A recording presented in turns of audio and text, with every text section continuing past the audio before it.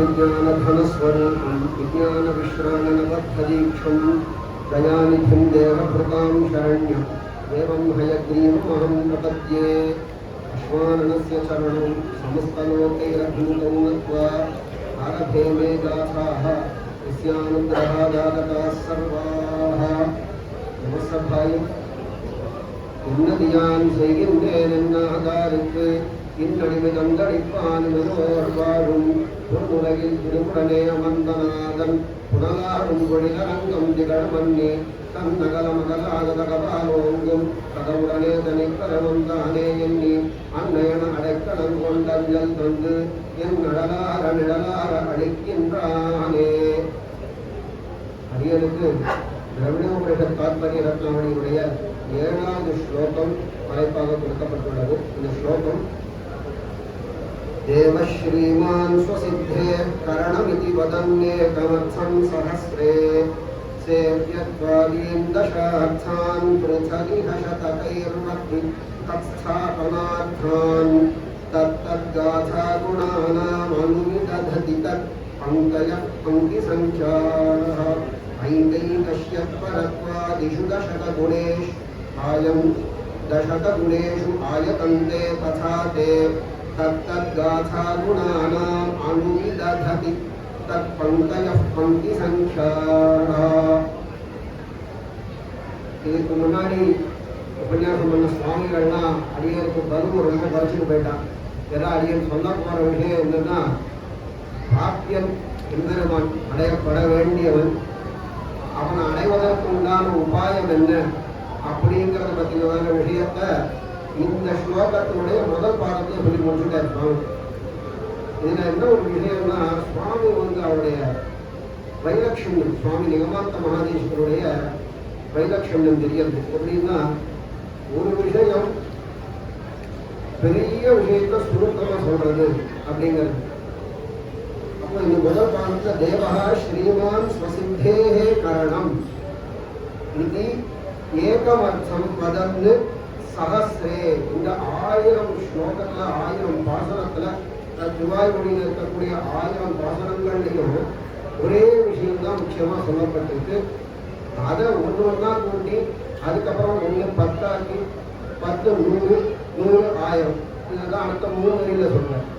அந்த ஒரு விஷயம் என்ன அப்படின்னா, ஸ்ரீமான் தேவஹா ஸ்வசித்தேஹே கரணம், தன்னை அடைவதற்கு தானே உபாயமாக இருப்பது எம்பெருமான் அப்படின்னு சொல்றச்சு. தேவஹா முதல்ல பதம். சரி, தேவஹாங்கிற சப்தத்துக்கு திவு கிரீடாயாம் அப்படிங்கிற மாதிரி அர்த்தம் சொல்றா. அப்படின்னா அது எல்லா தேவதைகளுக்கும் போய் சேர்ந்துடுது அப்படிங்கிறதுனால அந்த விரோதத்தை போகணும்.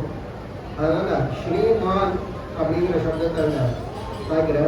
ஏன் ஸ்ரீமான் அப்படின்னா, பிராட்டியும் பெருமாளும் எப்போதும் அபிட்சத் சித்த சம்பந்தம் அப்படிங்கிறது நம்ம சித்தாந்தத்தில் இருக்கக்கூடியது.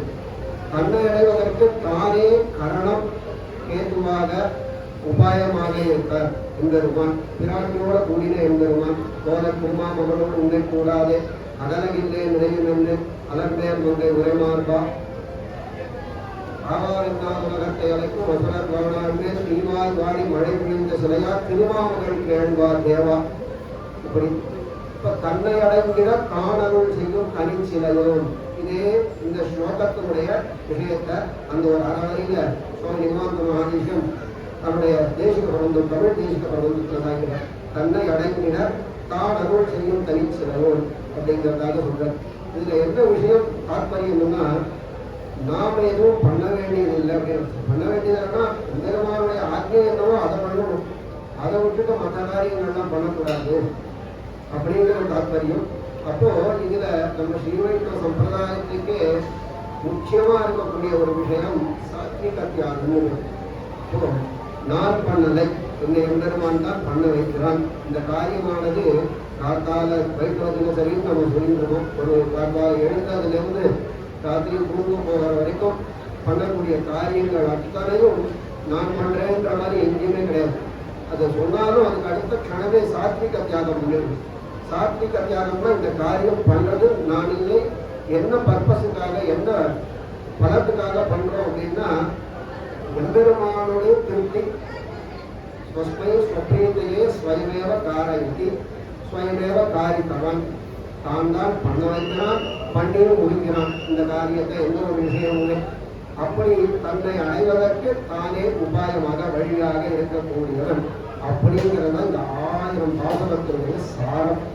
அதான் இந்த முதல் வரியில சுவாமி சாட்சிட்டார். அதான் ஏகம் அர்த்தம் சஹஸ்ரே, தன்னை அடைவதற்கு காரணம் ஏகம் விதி ஏகம் அர்த்தம். இந்த ஒரு விஷயம்தான் 1000 பாசுரங்கள்லையும் சொல்லப்பட்டிருக்கு. அதை பிரதிபாதனம் பண்ணணும், இன்னும் நல்லா திருடமா சொல்லணும். அப்படிங்கிறதுக்காக தன் ஸ்தாபனார்த்தான் அந்த ஏகமர்த்தம் சொன்னோம் இல்லையா, தன்னை அடைந்திட காணரும் செங்கன், அதை திருடீகரணம் பண்றது, இன்னும் நல்லா நிலைநாட்டுறது. அதுக்காக சேவியத்வாதியும் தசார்த்தான் தசககுணேஷு, சேவியத்துவம் போக்கியத்துவம் முதலிய குணங்கள் 100 பாசனம், அப்படி 10 100 இருக்கு. தசார்த்தான் சதகை, 1 சதகமா 10 சதகங்கள்னால தன் ஸ்தாபனார்த்தான் அந்த ஒரு விஷயத்தை தன்னை அடைந்திட தானே அருள் புரிபவன், தானே உபாயமாய் இருக்கான் அப்படிங்கிற விஷயத்தை வெளிகரணம் பண்றத ஒரு சதகத்தையும் ஒரு குணத்தை சொல்லி 10 சதகத்துக்கு 10 குணம் சொல்றேன். ஒரு 100 கணக்கா இருக்கு. அதுக்கப்புறமா ஐகைகஷ்யா பரத்வாதிஷு தசக குணேஷு ஆயத்தந்தே ததாதே, இந்த குணங்கள் இன்னும் நீட்டி சொல்லணும் அப்படின்னா எவ்வளவு குணம் சொல்ல முடியும்? அசங்கேய கல்யாண குணகனான்னு பெருமாளுக்கு ஒரு விருந்தம் இருக்கு. அப்போ 100 பாசனம் ஆச்சு. 100 பாசனத்தை இன்னும் கொஞ்சம் அதனுடைய டிவிஷன் பண்றச்சு செக்ஷன் சொல்றான். 100 பாசனம்னா 10 பாசனங்கள், அது மாதிரி அது ஒரு 100 கணக்கு சொல்றேன். அதனால நீண்டு இன்னும் பரத்வாதிஷு, பரத்வம் முதலிய குணங்கள் முதல் தசகத்துக்கு உயர்வரம் இந்த தசகத்துல பரத்வம் முதலிய குணங்கள் இருக்கிற. அதுக்கு அடுத்த தசகத்துல அகில சமதா அப்படிங்கிறதான குணம். இந்த மாதிரி முதல் 10, அதாவது 100 பாசுரங்கள் சேர்ந்தது ஒரு 10, அதுக்கப்புறம் 10 பாசுரங்கள்னு சொல்றது ஒரு தசகம். இது மாதிரியான ஒரு 3க்கும் சொல்லிட்டு போறேன். சொல்லிட்டு போயிட்டு தத்தத் காதா குணானாம் அனுவிததி தத் பங்கையா பங்கி சங்கியாக, இப்படி அந்த பங்கி வரிசையுடைய எண்ணிக்கை. ஒரு விஷயம் 1 10 ஆச்சு, 10 10 100 ஆச்சு, 100 10 10 1000. இந்த ஒரு விஷயத்தை தான் சுவாமி அதுல விசிஷ்டமா பிராட்டியோட சேர்ந்த எம்பெருமான் மட்டுமே நமக்கு உபாயம் உபேயம் 2 மாணவன், வேற யாரும் கிடையாது அப்படிங்கிறதான அபதக் சித்த சம்பந்தம். என்றுமே பிரிக்க முடியாத திருமகளோ முழுகாலம் பிரியானாத திங்களே சேர்ந்துவென சேர்கின்றேனே திரைத்தனையும் திருமகளை விடாதார் வந்தார். இப்படியான வாசனங்களே சுவாமி தேசிகன் இந்த விஷயத்தை கோடிட்டு காண்பிக்கிறார். இந்த விஷயம் அதாவது திருவாய்மொழியினுடைய சாரம் ஒரு பாசுரத்துல சொல்றது. இதுல சுவாமி தேசிகனுடைய சமத்காரம் என்னன்னா, ஆழ்வாராச்சாரியர்களுடைய ஒரு வார்த்தைகளோ அவ வழி என்னவோ பாவம் என்னவோ அதை ஒரு துணி கூட மாற்ற மாட்டேன். ஒன்றொடியாள் திருமகளும் நீவே நிலானிப்ப கண்டசதில் கண்டுழிந்தேன் அடைந்தேன் உள்வழியே சாய்க்கிறார் நம்மாழ்வார். அதே பதத்தை தான் திருப்பி ஒன்றொடியாள் திருமகளும் நாடுமாகி ஒரு நினைவாரி இந்த உயிரெல்லாம் மண்ணுவரை நகர்வாழ் வசுதேவத்தாய் அப்படின்ற இடத்துல சாய்க்கிறார். வெள்ளை பரிமுகர் தேசிகராய் விரகாரணியோ உள்ள தெளிய நூலையிலிட்டனம் அப்படின்னு சாய்க்கிறார். அதாவது நான் இந்த கிரந்தத்தை பண்ணல, எனக்குள்ள ஆசாரியனா இருந்து ஹயகிரீவன், இந்த ஸ்வேதரூபியான ஹயகிரீவன் இந்த கிரந்தத்தை எழுத வைக்கிறார் அப்படின்னு சாய்க்கிறார். அதுக்கப்புறமா இன் சொல்லால் யான் சொல்ல இங்கு என்பது தன் சொல்லால் தான் தன்னை கீர்த்தித்தான் வயம். இங்க பேசக்கூடிய வார்த்தைகள் மட்டும் என்னுடையது கிடையாது, எல்லாமே எம்பெருமான் என்னை பேச வைக்கிறான். அங்கேயும் சாத்விக தியாகம். ஆழ்வார்பட்ட சாத்விக தியாகத்தை தான் அங்கேயும் பண்ணியிருக்கார். ஆழ்வார்கள் கோடிட்டு காண்பித்த அதே பதங்கள். உதாரணத்துக்கு அகில புவன ஜன்மஸ்தேம பங்காதிலீலே விதவிதம் பிராத்தரக்ஷைகரீட்சே ஸ்ருதி சிரசி கீர்த்தே பிரம்மணி ஸ்ரீனிவாசே பவது மம பரஸ்மின் ஸ்ரீமுஷி பக்தி ரூபா. ஸ்ரீபாஷியத்துடைய உபக்கிரமத்தில் இருக்கக்கூடிய ஸ்லோகம். இந்த ஸ்லோகத்துல ஸ்தேம அப்படிங்கிற பதம் இது ஸ்ரீஸ்துதியில ஜன்மஸ்தேம பிரளய ரச்சனா ஜங்கமானாம் அப்படிங்கிறதா அங்கேயும் எடுத்து சுவாமி சாய்க்கிறார். அதாவது ஆழ்வார்கள் சொன்னப்பா அதே பதத்தையும் திருப்பி ஆண் கோடிட்டு காண்பிக்கிறச்சு பணமோ ஆழ்வார் ஆச்சாரியர்களோ என்ன சாச்சாலோ அந்த வார்த்தையை மீறி சொல்றது கிடையாது. அவன் பாவத்துக்கு மீறி ஒரு காரியம் சுவாமி நிகமாந்த மகாதேசியம் பண்ணதில்லை. இதுக்கு இன்னொரு உதாரணம், மழையில் எழுந்த முக்கொள்வோது மெய்யம் அழிய ஒன்றழியா அடியவர் மெய்ய அப்படிங்கிறதான வாசனம் சுவாமி நிகமாந்த மகாதேசியம் மும்மணி கோவிங்கிற கிரந்தத்துல.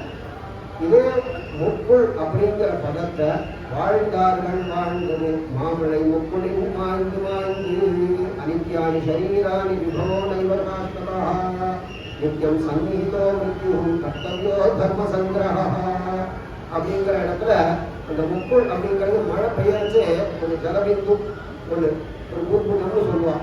அது ஒண்ணு வந்ததுன்னா அதுதான் இன்னொரு ஜலபிந்து பட்டதுன்னா போயிடும், உடனே வெளிச்சு போயிடும். அந்த மாதிரி இந்த லோகத்துல நம்ம வாழற வாழ்க்கை இருக்கு அப்படிங்கிற சுவாமி நம்மாழ்வார் என்ன சாதிச்சாரோ அதே விஷயத்தை சாதிக்கிறார். இந்த சாத்விக தியாகத்துக்கு இன்னொரு இடத்துல 10ஆம் பத்துல சொல்றச்சே வாட்டாத்திருந்தவன் பாசுரமாக என் நெஞ்ச புள்ளிருந்து இங்கிரும் தமிழ் நூல்களை மொழிந்து வன்னெஞ்ச திறனியனை மாறிழந்த வாட்டாற்றான் அப்படிங்கிற பாசுரத்தை சொல்றச்சே அதே வெள்ளை பெருமாள் தேசிகராயனுடைய அர்த்தத்தை தான் இங்க என் நெஞ்சத்து உள்ளி இருக்கு. நான் ஏதோ கல்பித்த கபோலமாக ஒரு வார்த்தையை சொல்லல, நான் சொன்னாலும் அது கல்பித்த கபோலம். நான்ற பாவம் இருக்காது அது கல்பித்த கபோலம் ஆகும். அந்த பாவம் இல்லாததுக்கு காரணம் உள்ள இருந்து பகவான் என்ன பேச வைக்கிறார். என் நெஞ்சத்து உள்ளி இருந்து ஒரு கணம் இருக்காரா, உள்ளே எழுதல் இருந்து அங்குஷ்டமாத்திர புருஷோங்குஷ்ட சமாசித்தா அப்படின்னு ஸ்ருதிவாக்கிய பிரகாரம் உள்ளுக்குள்ள அந்தராத்மாவா எம்பெருமான் எழுந்தருள் இருந்து அடியேனை இந்த மாதிரி பாசுரங்களை சொல்ல வச்சார் அப்படிங்கிறதாக சாத்விக தியாகம் பண்ற. அதனால நம்ம பெரியவாளுக்கெல்லாம் மிருகங்கள் சொல்லச்சே சாத்விக தியாகாலங்கா அப்படிங்கிற மாதிரிலாம் பெரியவாளுக்கெல்லாம் சொல்லுவான். அதாவது நான் பண்ணதை எதுவொன்றும் பகவத் அனுகிரகத்தினால எம்பெருமான் தான் தன்னுடைய திருப்திக்காக எம்பெருமான் பண்ணியிருந்தான். இந்த காரியம் எனக்கு பண்ண வராது அகிஞ்சனாக அனன்ய கதி அந்த பாவம் எப்படி இருக்கணும். ஏன்னா எம்பெருமான் எதுவொன்றும் நடத்திருக்கிறது எம்பெருமான் தான், அந்த பாவம் இருந்தாலே போதும் அப்படிங்கிறதான விஷயம். இதுல முதல் வரியே தேவா ஸ்ரீமான் அப்படிங்கிறதுக்கு ஸ்ரீமானுக்கு பல வியாக்கியானங்கள் கடவுள் அவரை கண்விழித்து நீருக்கும் தாமரை வந்திருக்கிறீர்கள் பூவார் திருமகள் புதிய மார்பன் இந்த மாதிரியா அழகில்லை அழகே மங்கை வருமார்கள் அல்லுவாத பூசகின்ற 1000 தோழன் இந்த மாதிரியாக பிராட்டியோட சேர்ந்தவன் எம்பெருமான் அப்படின்னு சொல்றச்சு. 2 பேரையும் சொல்றச்சு எப்படி சொல்வார், விஷ்ணு பத்னி அப்படின்னு தான் பிராட்டிக்கு சொல்றது. எம்பெருமானுக்கு சொல்றச்சு ஸ்ரீயப்பதி அப்படிங்கிறதா சொல்ற வழக்கம். இது மாதிரி ஸ்ரீயோட கூடிய ஸ்ரீ விசிஷ்டனான எம்பெருமான் தன்னை அடைவது அப்படிங்கிறதான பலன் என்ன உண்டோ அதுக்கு தானே உபாயமாக இருந்தான் அப்படிங்கிற தாத்பரியத்தை சொல்லக்கூடியது இந்த திருவாய்மொழி. அந்த தாத்பரியம் ஒன்றுதான் திருவாய்மொழியில விஷயம். அந்த திருவாய்மொழிய ஆதாரம் என்ன, தசகம் ஒரு விஷயம்தான். அது தசகமாச்சு, அதுக்கப்புறம் சதகமாச்சு, சதகம் சகசிரமாச்சு. இதுல இன்னொரு விஷயம் என்னன்னா, இந்த சாதாரண ஒரு சின்ன விஷயத்தை புதுசா எடுத்துட்டு சொல்றது அப்படிங்கிறது நம்மாழ்வார்கிட்ட இருந்து தான் எடுத்துட்டு பாதுகை அப்படிங்கிற ஒரு விஷயத்தை கொண்டு அந்த பாதுகைய ஒரு யாமத்துல 1000 ஸ்லோகம் சுவாமி சாதிச்சிருக்கார். இதெல்லாம் பூர்வாச்சாரியாளுடைய அனுகிரகம், ஆழ்வாராச்சாரியனுடைய அவா சைலி அவ பின்பற்றினார். பின்னணி பார்த்து உயர்ந்ததால் அவர் சாயன பின்னணி பார்த்து நடந்து பெரும் பதவியோன்னு அதே ரீதியில சுவாமி நிகமாந்த மகாதேசிகன் ஆழ்வார் என்ன ஆழ்வாருடைய அபிப்பிராயம் என்ன அப்படிங்கிறது இந்த ஸ்லோகத்தில் சாதிச்சிருக்கார்.